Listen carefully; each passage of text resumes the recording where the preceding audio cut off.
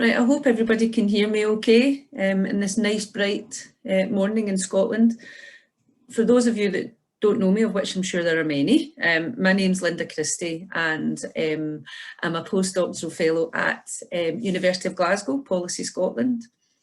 And today we have the privilege of having Dr. Angela O'Hagan with us, who is a reader in Equalities and Public Policy at Glasgow Caledonian University, where she's also Deputy Director of the WISE Centre for Economic Justice. And previous to that had joined Caledonian University following doing her PhD in gender budgeting. And today we have the privilege of hearing from Angela about the subject of a caring economy and its importance really in terms of social infrastructure relative to economic development. And particularly at this time during COVID, our social infrastructure and how it's been underinvested really has come to the fore and been even more emphasised. Alongside the underlying inequalities that we already have in our society. So Angela today is going to outline how the caring economy really is key to economic and social recovery, and I'm very excited to hear about this. In my own research as an economist who's starting to think much more as well about the role of inclusive growth and well-being within economic development, I'm particularly keen to hear about other narratives. And in this context, Angela's contribution relative to how the caring economy can contribute as another narrative within this expansive field. So without further ado, Angela, I'll be handing you over, but just handing over to you. But I just wanted to just mention some housekeeping. For our participants, if you move your cursor to the bottom of your screen, you will see a Q&A and a chat function. So please be welcome to use the chat function, and you can also I think you can also message separately, privately, if you don't want to use that. However, we would encourage you to use the Q&A function, and then at the end, after Angela's been speaking, I'll be able to feed those questions back for Angela to respond to. So really that's enough from me, and Angela, if I hand over to you, please. Great, thank you, Linda, and thank you very much to Glasgow Centre for Population and Health for having me back. I gave a lecture last year, so it's always nice to be asked back and not just to apologise for your performance the last time. But no, I'm really pleased to be here. I was actually booked to talk about this topic earlier in the year, just as COVID hit. The benefit in some ways of doing it now is that the Commission on a Gender Equal Economy, which I'm going to talk about, has reported, and that's the focus of my presentation today, as Linda has said, a focus on the recommendations from the Commission on a Gender Equal Economy, which is a call to action for a caring economy. So we had a wee technical glitch earlier on, which I would attribute most likely to user error, so bear with me while I try to share my presentation. The session's being recorded and I have made a PDF of the presentation available, and all the data I'm using, all the slides I'm using and the references to the Commission on a Gender Equal Economy are all available from the Commission website at the UK Women's Budget Group, and there's a slide at the end there to direct you to do that. And there's a wealth of information behind what I'm going to say that I would strongly encourage colleagues to have a look at. So here goes with the slide sharing. I'm hoping to talk for no more than about 40 minutes and then to have a conversation with yourselves. So here goes.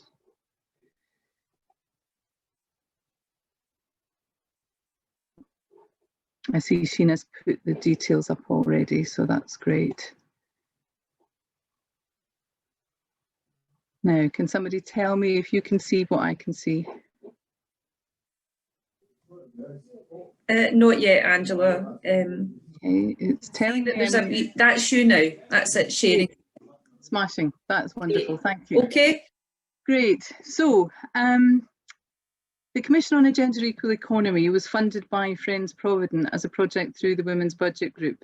And from the outset, we were looking to, well, what is currently wrong with our economy, with our economic models, with the way we think about the economy, and what that means for women and men, for our economic, social, cultural and health well-being.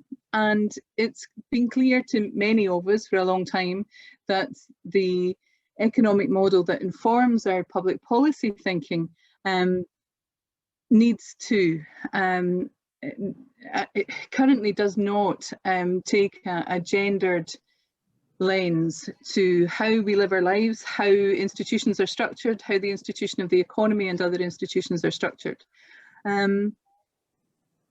And so we wanted to think, well, what do we need to do differently in our economy? Sorry, Angela, but just saying, can you put your slides onto SlideShare? Is that possible? It's still not working. Because you can see just now is the slide sorter. How about from the beginning, if you can do it that way? I've got two screens and one showing me that it's showing. Right. And the rest is just taking its time. Everything's going really slowly, I'm sorry. Okay. No, it's not liking that. Just take your time, don't. Resume slideshow, let's give that a go. No, it's not moving from here. I'll stop and try again. Okay. So the Commission started, we reported, sorry, I'll start at the end. The Commission reported on the 30th of September this year. And we had met over the previous 18 months, taking evidence in Glasgow, Belfast, Cardiff, London, Sheffield, as well as lots and lots of commissioned pieces. It's still not working, is it?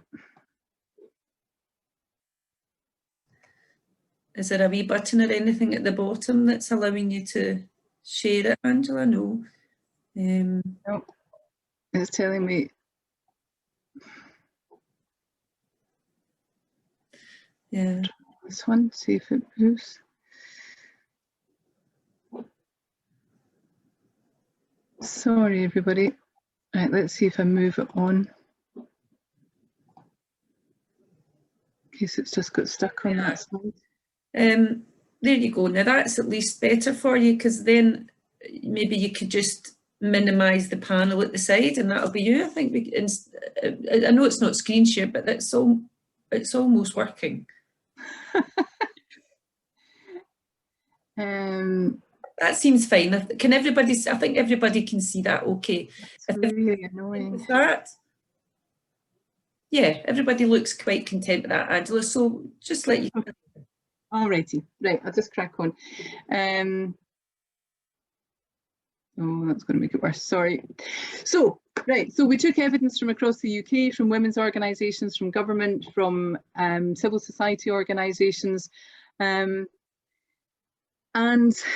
came up with a series of recommendations, which I'm going to go on to. But during the time of our second phase of deliberations, we were into COVID times. And what the pandemic, as we all know, has revealed is the extent of the really entrenched inequalities in the UK and globally.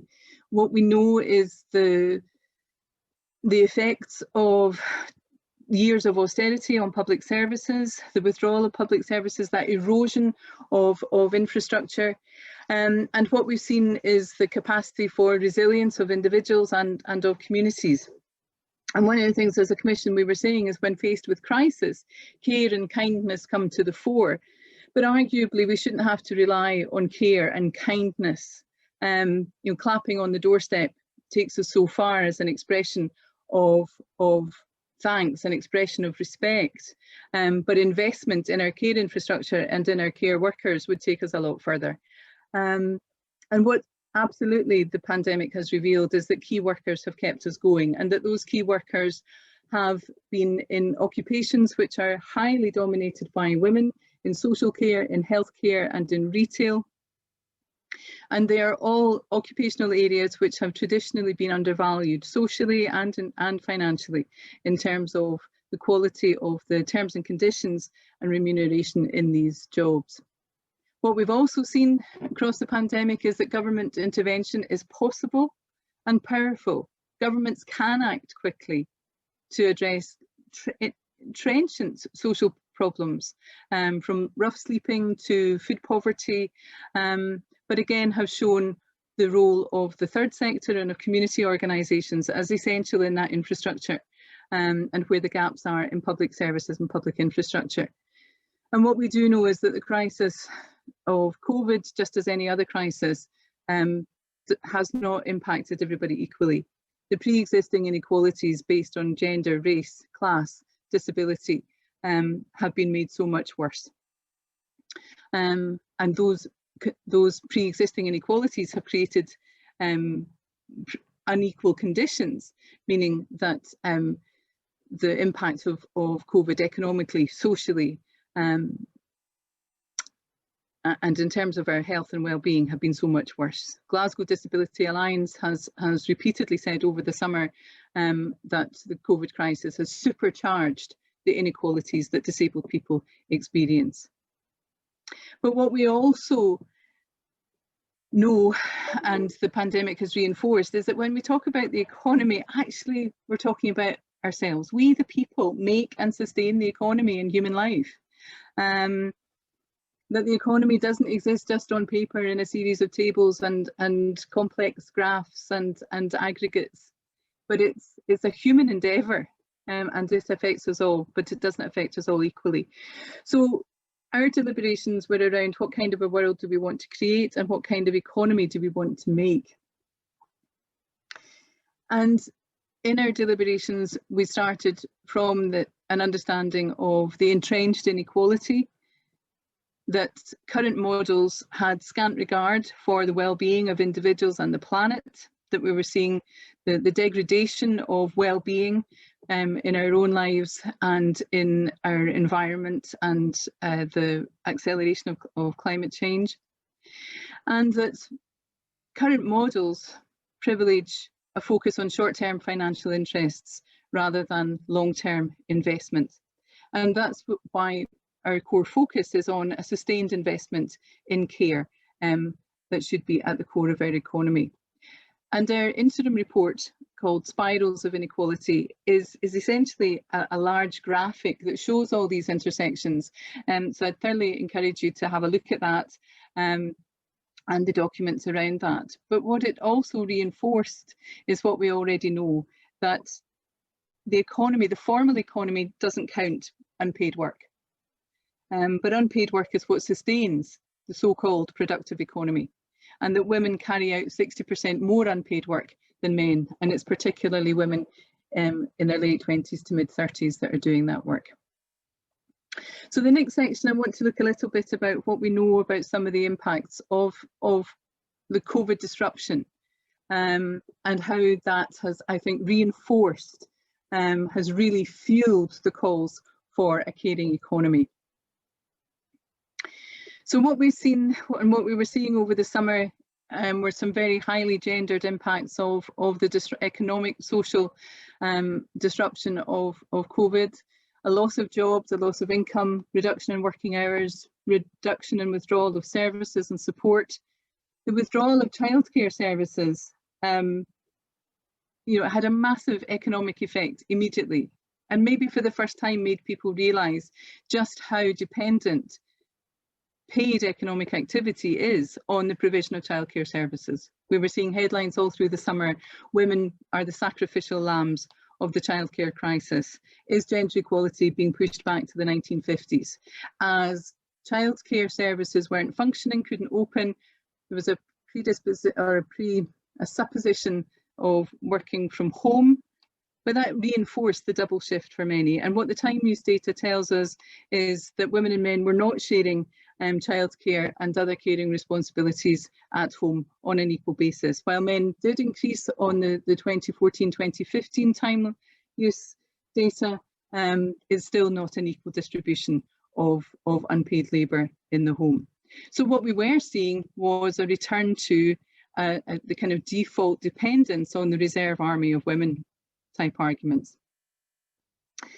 As well, there were some other structural issues and some issues around policy, particularly focusing on statutory sick pay for low paid workers, the job retention scheme, again not reflecting low paid workers and pushing income down for many people, again highly gendered.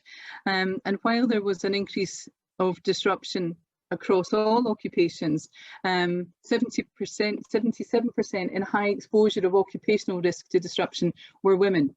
And due to the sectoral and occupational segregation within the labour market, the financial impact there was greater. The persistence of the pay gap, even in sectors where women dominate, like the social care sector, there was still a higher impact of reduced income. And that 30% of jobs in the shutdown sectors were held by lone parents. So retail, hospitality, so the so-called flexibility in those jobs, in those sectors, obviously there will be a higher preponderance of lone parents who require that kind of flexibility in paid work, but 91% of lone parents are women. And women are by far the majority of part-time workers. So again, reductions in hours, etc., all affecting women's incomes. All of these factors contributing very significantly to stress and well-being experiences, particularly for younger women parents. Currently, and unpaid carers. 60% of unpaid carers are women. If we were to publicly fund the level of care currently provided by unpaid carers, we're looking at around just under £11 billion. So it's a huge amount of care that is provided that has very significant implications for individuals' well-being, for their economic and social well-being, for their ability to access paid employment outside the home, etc. The social care and healthcare workforces are significant employers of women, 83% and 76% respectively. What we also saw, as well as the withdrawal of childcare services in Scotland, the expansion of childcare provision, which has been a flagship policy of the Scottish Government in recent years, was delayed, and if that delay were to continue, there's all sorts of implications there in terms of access to paid employment as well as access to education and training.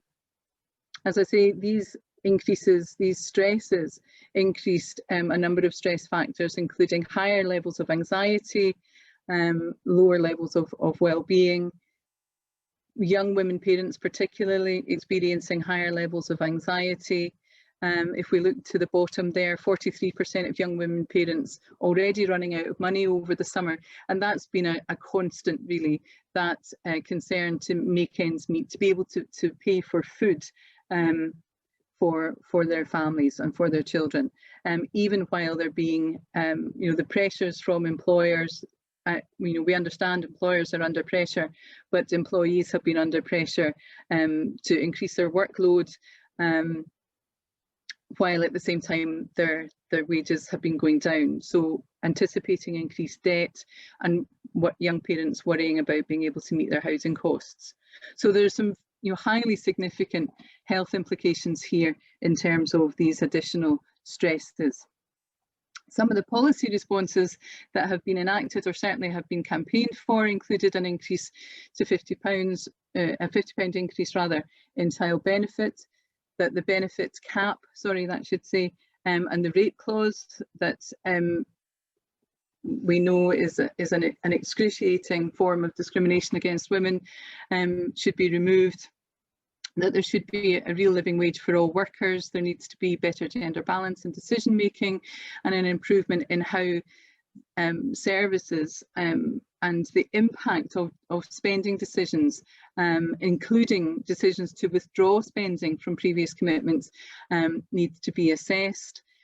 That job retention and support schemes need to build in the flexibility for part-time protections and include childcare costs, and that we know Black and minority ethnic women have the intersection of race and gender and class here has resulted in even further economic pressures on Black and minority ethnic women, and particularly migrant women whose immigration status means that they have no recourse to public funds, means that there needs to be intervention for the most vulnerable people in our society. And all of this needs intersectional gendered analysis and data to inform a care-led economic renewal and a reshaping of the economy and public policy with value and care provision at its heart. And in Scotland, I know we've got colleagues joining us from across Europe, so my apologies for being Scotland-centric. We had high hopes, some of us, for the advisory group on economic reform, or economic recovery rather, but arguably that could have gone quite a bit further in how it approached the whole question of investment in care. I say this next thing as the independent chair of the Scottish Government's Equality and Budgets Advisory Group, and it's clear that we've been trying for 20 years, but we need to continue to try harder to improve the transparency of our budget process, and to improve the quality and consistency of equality and human rights analysis across our public spending. And we need to protect the spend commitments to childcare expansion. And while there's been a lot of talk about community resilience, there needs to be an accompanying public finance reform to support that public resilience. And there are a lot of positives that we can draw harder on in Scotland around community wealth building, around some of the discussion on inclusive growth, as Linda mentioned in the introduction, as well as looking at our procurement and what that means in terms of procurement at the local level, and to have that linking to community empowerment and improved participation and greater diversity in participation. So these are all some of the background that's swirling around the caring economy. So our proposition seems very straightforward, as in the Commission and elsewhere, for a caring economy to be at the core of our economic model. Because through a caring economy, we're addressing and realising, we're advancing gender equality, greater environmental sustainability, and improved and enhanced well-being. We proposed 8 steps. I'm not going to go through them all in detail, but firstly, to re-envision what we mean by the economy, and that re-envisioning means an increased investment in physical and social infrastructure, that we need to rethink work, and that we need to transform the worlds of paid and unpaid work. We need investment in a caring social security system based on dignity and autonomy. We need some transformation in our tax systems across the UK. We need to refocus our fiscal and monetary policy on building a caring economy, working to develop a trade system that is socially and environmentally sustainable, and to transform the international economic system so that unpaid work is recognised. So very quickly, on re-envisioning the economy, we need to be thinking about the value, the economic value of unpaid work, and who's providing that unpaid work, and what contribution that makes to our well-being, our economic, social and health well-being. And that we need to think about different ways of measuring our economic well-being beyond GDP, that actually include an aggregate wellbeing indicator.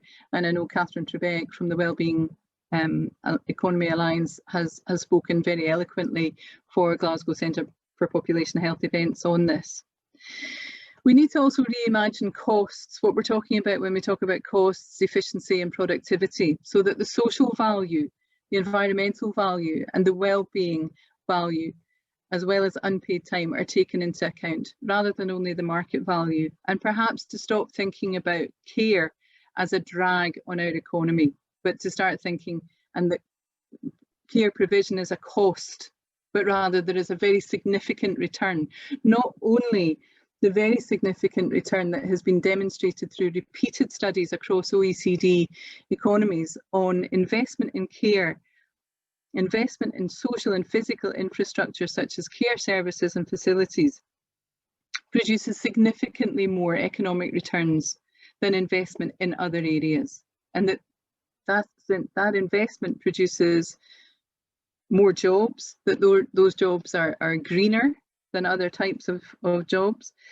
There's more jobs for women, but also more jobs for men in the care economy, in the care sector, as well as people being able to access increased hours or education and training or different types of work because they can access increased care provision, as well as improving the quality and quantity of care provision for people looking for care services and support, who in turn make a very significant contribution to our economic, cultural and social life through their own participation.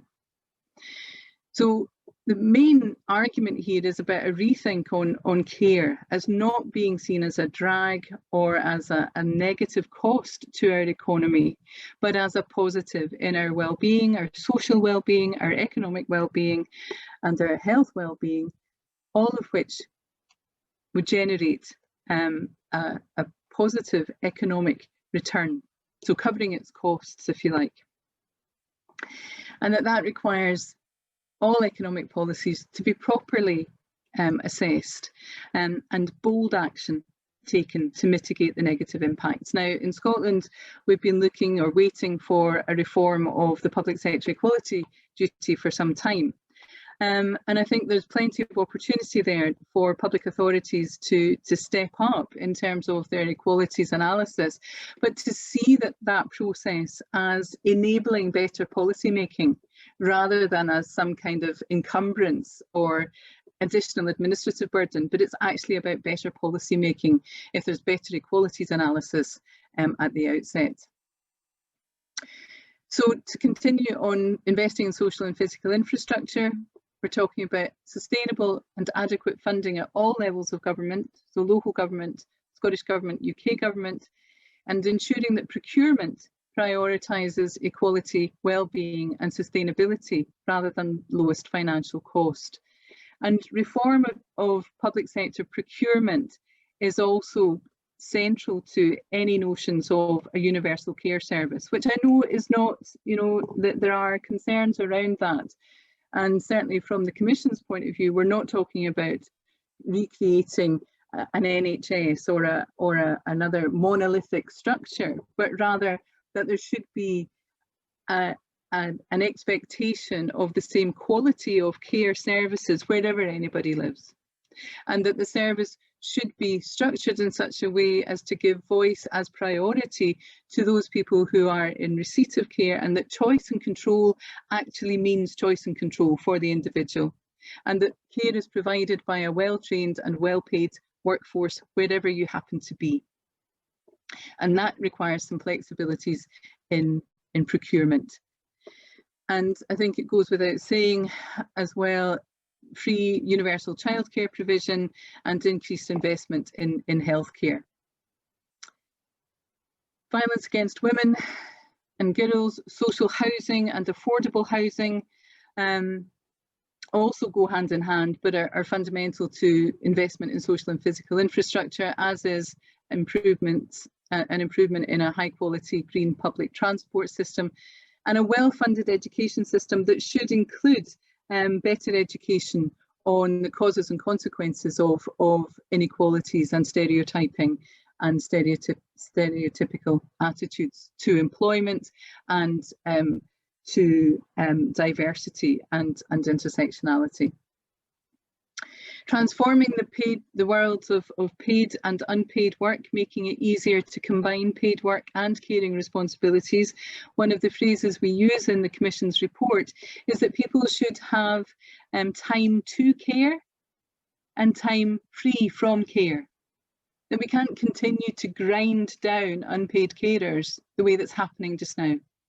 And that people should be able to have some choice and some control in the care that they provide, and that there is a role here for employers and for flexible working, for alternative ways of working, to be much more than some of the superficial or lip service. And again, the experience of COVID for many people has demonstrated the range of alternative working patterns that are possible, but it has also shown us where within the labour market increased pressures will fall. So in fulfilment, in supply side, in supply chain, in deliveries, through increased in online shopping, etc.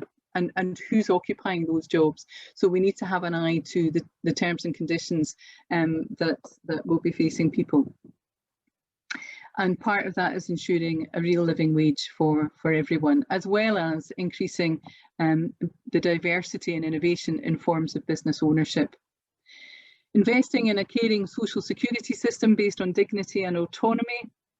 For those of us living in Scotland, as the social security system migrates to Scotland, and we're in the process of establishing a social security system in Scotland, which is premised on a human rights based approach, that language of dignity and autonomy has become, has come much more to the fore, but than it perhaps elsewhere in the UK. But we were very clear in the Commission that dignity has to be safeguarded by the withdrawal of punitive and unreasonable sanctions in the first instance, and the enhancement of individuals' autonomy, and an increase in carers allowance for those providing long-term unpaid care, recognising the costs of caring.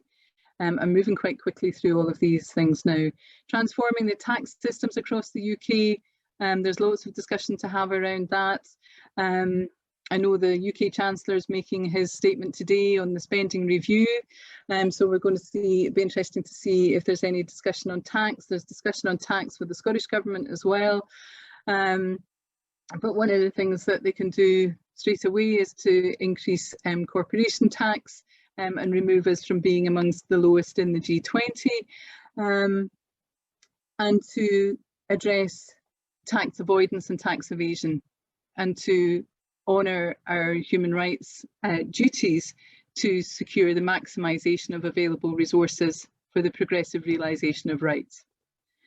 Again, topical today for those of us in the UK, the fiscal and monetary policy and questions around borrowing. Is current government spending sustainable? Do we need to pay it all back? How do we pay it back? Some very heated discussions on different radio programmes already this morning about all of that. And to develop a trade system. Now that can feel very remote if we're talking about social care at a community level, but in the UK, as we stand on the precipice of Brexit, it's imperative that our healthcare and our social care is not traded off in such a way that we have no control over the quality and core concern for well-being in health and social care. Now, are we a pie in the sky think tank that's just, huddled together in a room and thought up all these changes? No, we're not. And as I said at the start, the Commission was informed by evidence from across the UK, from a whole range of perspectives, as well as a whole series of commissioned papers. We also took our recommendations out to polling and tested them with members of the public across the UK, and it's clear that people want change. Significant numbers of people saying that well-being should be used to measure the success of our economy. Almost 80% agreeing a better balance is needed between paid work and caring responsibilities, and over half of those polled believing that investment in social care, health and education is more important than investing in transport and technology. And significant numbers of people agreeing that economic equality between women and men is the mark of a good society, and that for over half of the people polled, it was a political priority. So it's not a second order, marginalised or marginal group interest. People want to see greater gender equality. and that social care, there was very strong support for social care to be made available to everyone based on their care needs and not their wealth, and that there should be changes in legislation and in government policy to support, to address the divisions of unpaid labour between women and men. So interestingly, and particularly as well in Scotland, we're looking at Scottish Parliament elections next year. So for people who have an eye to political manifestos, here's some data for you. And in terms of what we, there's a kind of constant refrain that, people don't want to pay tax. We don't want to talk about tax. But people do seem to want to talk about tax and are willing to pay more in tax to make certain changes happen. And those changes include pay rises and decent wages for key workers, including NHS and care staff, a higher living wage, investment in childcare, and investment in free social care for all adults. Now, 75% of those polled saying there should be net more tax directed at these areas of spend.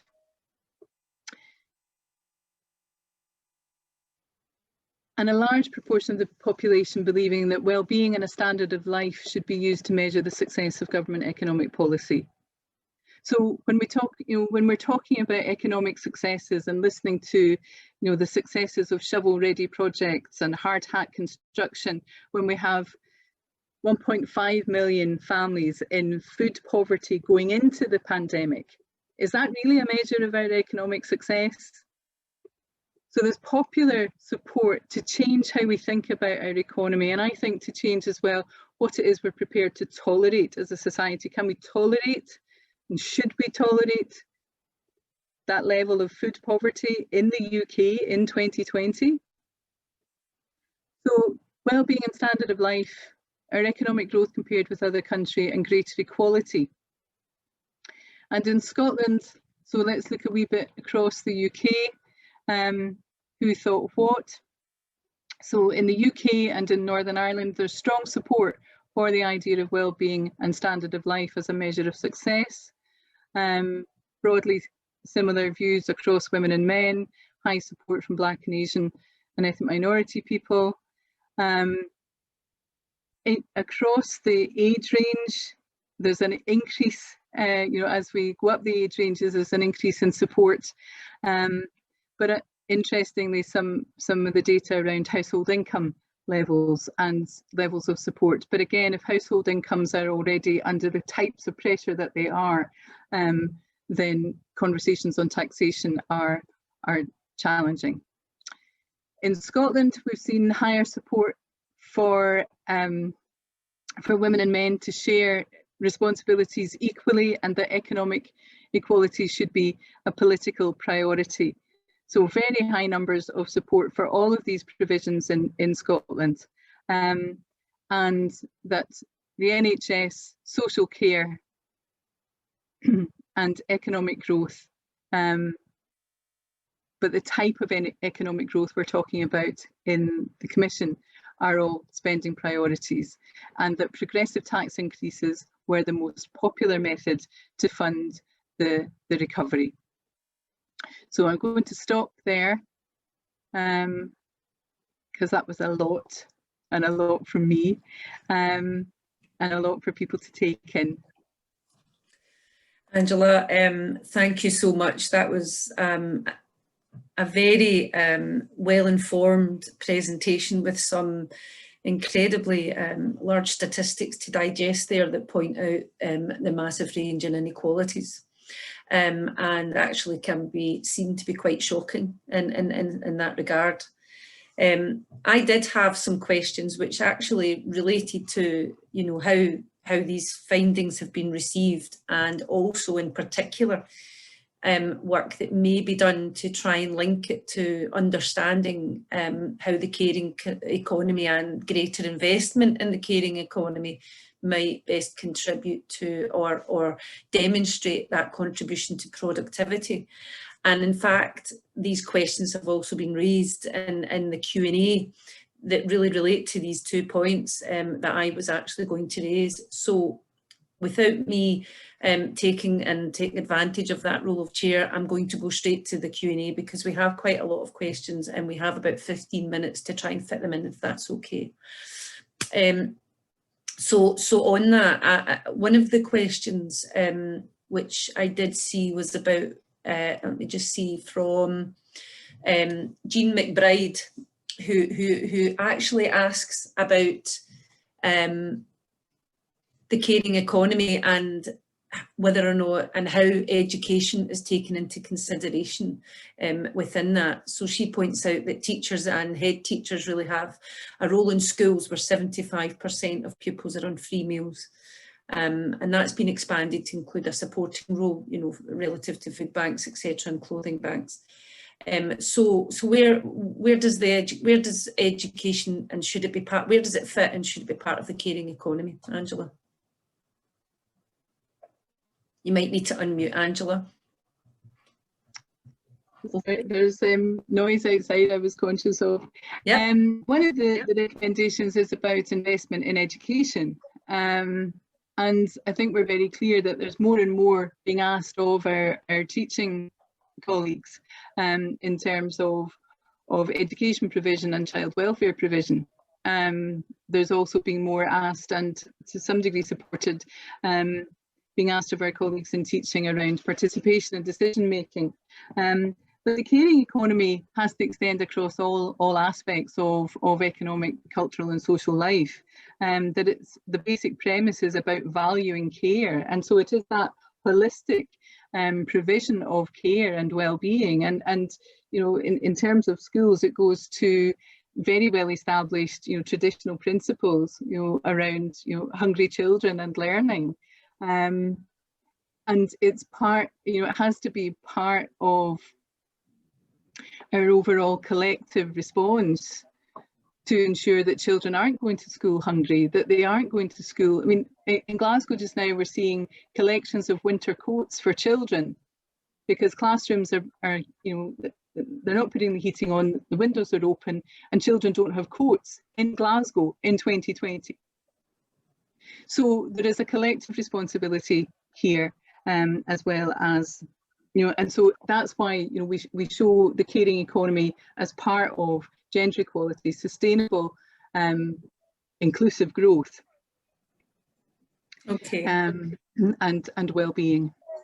Absolutely, Angela. And relative to that, what you've pointed out in your presentation was that about 60% more unpaid work is done by women, and there was a question raised in the Q&A about does that also include formal volunteering, that statistic? So it's more of a kind of, you know, how we're estimating that. And also, I think that relates to another question that Alistair Brown is raising in the Q&A about estimating the economic value of that unpaid work. And has that been done, really? I mean, that also links to, you know, the measurement issue in terms of how we're actually measuring well-being, which in Scotland, I'm not clear that has been established yet, and there's a lot of work to be done in that, and there is a lot of good work being done by other academics. I mean, I've been speaking to an academic, Saffron Woodcroft at UCL, where they've actually estimated something called the Global Prosperity Index, which tries to do that. So there is work being done. So in this sense, what I'm asking is, if you could answer, you know, how can we assess the economic value of this better? I think in the first instance, we need to recognise that unpaid work has value. It has value socially, it has value personally and at a human level, and that it has value at an economic level. Now, the data on unpaid carers, for example, I mean, I was Director of Carers Scotland many years ago, and at that time we said the replacement costs of care provided by unpaid carers was about 6.5 billion. It's now 10.8 billion. So that's a reflection of the increase in people becoming unpaid care, the withdrawal of care services, as we've seen the infrastructure around care being wasting away and being withdrawn over the last number of years.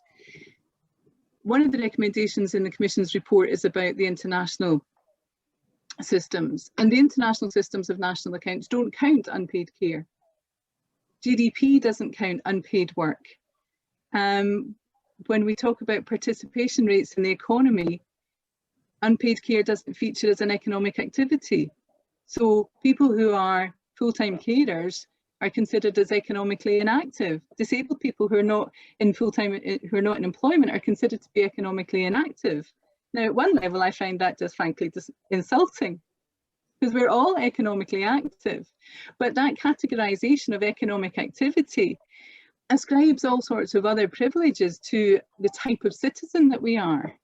You know, if we're not economically active, we must be a drag, rather than making all sorts of valuable contributions, including in relation to the other question about formal volunteering.